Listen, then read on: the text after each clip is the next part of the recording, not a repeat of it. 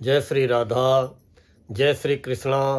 आप सभी प्रिय दर्शकों का हमारे चैनल आई एम एस्ट्रो गुरु जी में बहुत बहुत स्वागत है। प्रिय दर्शकों, आज चर्चा करेंगे धन भाव में लग्नेश की स्थिति के बारे में। देखिए, जीवन में धन का बहुत महत्व है, इसीलिए लग्न कुंडली के द्वादश भावों में जो द्वितीय भाव होता है, दूसरा घर धन भाव, उसका भी बहुत अधिक महत्व है। जीवन में धन कमाना बहुत आसान होता है, लेकिन धन को जमा कर लेना, भविष्य के लिए धन को जोड़ लेना, ये बहुत मुश्किल होता है।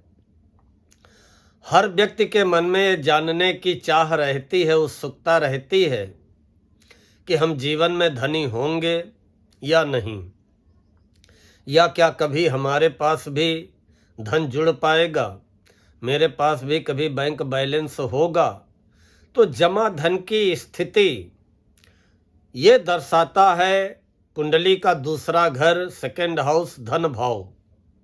और वहाँ पे आपके लग्नेश की उपस्थिति, आपके लग्न के स्वामी का धन भाव में बैठना कैसे परिणाम देता है, वैसे तो आपने आज के वीडियो के कवर पेज में टाइटल ही देख लिया होगा कि धन भाव में बैठे हुए लग्नेश धनी बनाते हैं। जीवन में धन की कोई कमी नहीं रहती है। आइए जानते हैं कि कुंडली का जो दूसरा घर होता है धन भाव, धन भाव के कारक कौन होते हैं, और दूसरा घर धन के अलावा और किन किन बातों का प्रतिनिधित्व करता है, या दूसरा घर किन किन चीज़ों का कारक होता है। प्रिय दर्शकों, धन भाव के कारक देवगुरु बृहस्पति होते हैं।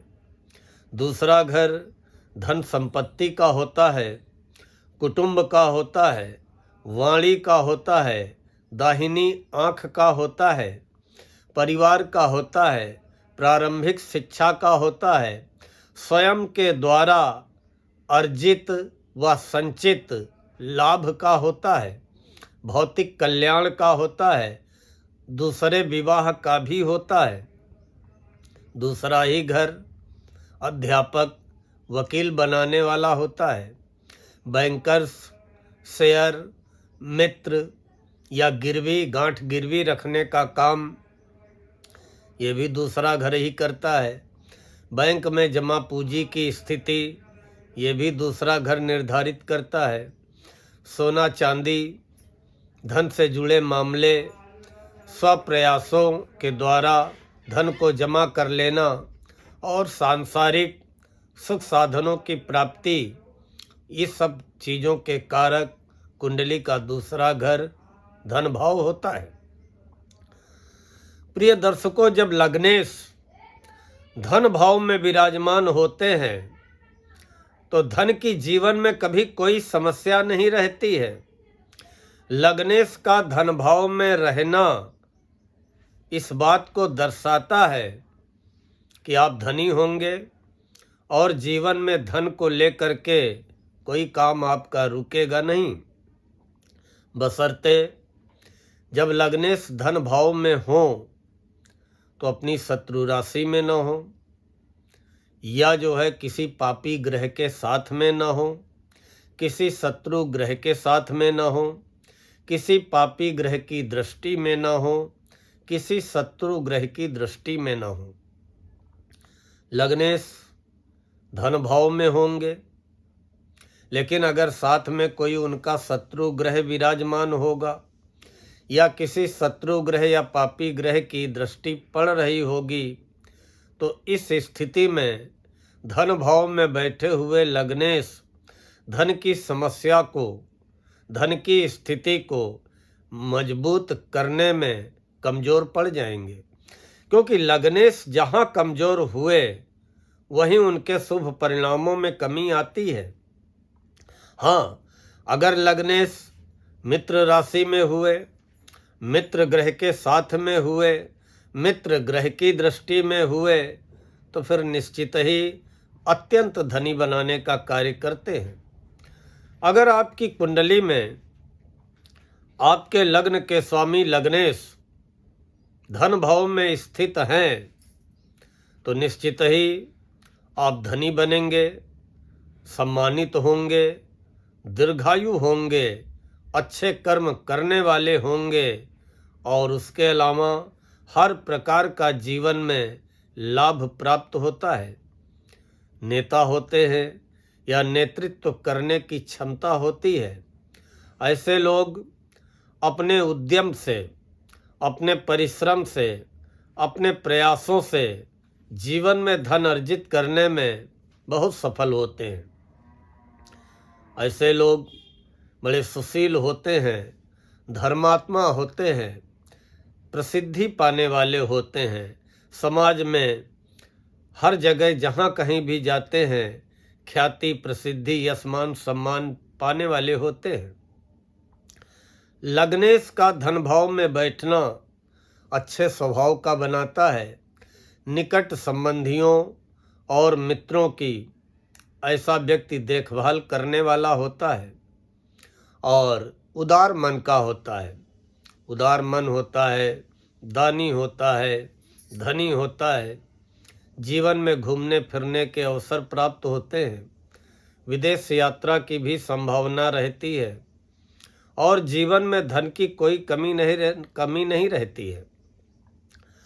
ऐसे व्यक्ति के पास बहुत ही अद्भुत विश्लेषणात्मक क्षमता होती है। किसी भी बात का विश्लेषण करना हो, किसी भी चीज़ की एनालिसिस करनी हो, तो अगर आपके लग्नेश धन भाव में हैं तो आपके अंदर एनालिसिस करने का पावर बहुत अधिक होता है और यही आपकी विश्लेषणात्मक क्षमता आपको नौकरी में, व्यापार व्यवसाय में सफलता दिलाने में सहायक बनती है। दूसरा घर होता है वाणी का। जब लग्नेश धन भाव में बैठेंगे, अब ये होता है कि आपके लग्नेश हैं कौन। मान लिया मेष लग्न में जन्म हुआ है, लग्नेश मंगल होंगे और धन भाव में बैठेंगे तो मंगल शुक्र की राशि में होंगे। अगर आपके लग्नेश वृष लग्न में जन्म हुआ है, लग्नेश शुक्र होंगे और दूसरे घर में होंगे तो वहाँ पे मिथुन राशि होगी। उसी तरह अगर मिथुन लग्न में जन्म हुआ है तो लग्नेश बुध होंगे और धन भाव में चंद्रमा की राशि में होंगे। और अगर कर्क लग्न में जन्म हुआ है तो लग्नेश चंद्रमा होंगे और धन भाव में विराजेंगे तो वहाँ पे सूर्य की मित्र राशि होगी। तो उसी तरह जैसे किसी का मकर लग्न में जन्म हो तो लग्न के स्वामी तो शनि हुए और शनि दूसरे घर में बैठे होंगे तो स्वराशि कुंभ में बैठे होंगे। तो लग्नेश का दूसरे घर में बैठना, और ये मकर लग्न में संभव है कि अगर जन्म मकर लग्न में है और लग्नेश दूसरे घर में है तो वो दूसरे घर में शनि स्वराशि मूल त्रिकोण राशि कुंभ में होंगे। अब जब लग्नेश आपके शनि हो और शनि धन भाव में हो, धनी बनाएंगे, लेकिन हाँ 36 साल की उम्र के बाद धनी बनाना चालू करते हैं। वृद्धावस्था में अपार धनी, वृद्धावस्था आते आते अपार धनी बना देते हैं। मान लिया मीन लग्न में जन्म हुआ तो आपके लग्नेश कौन हुए? गुरु।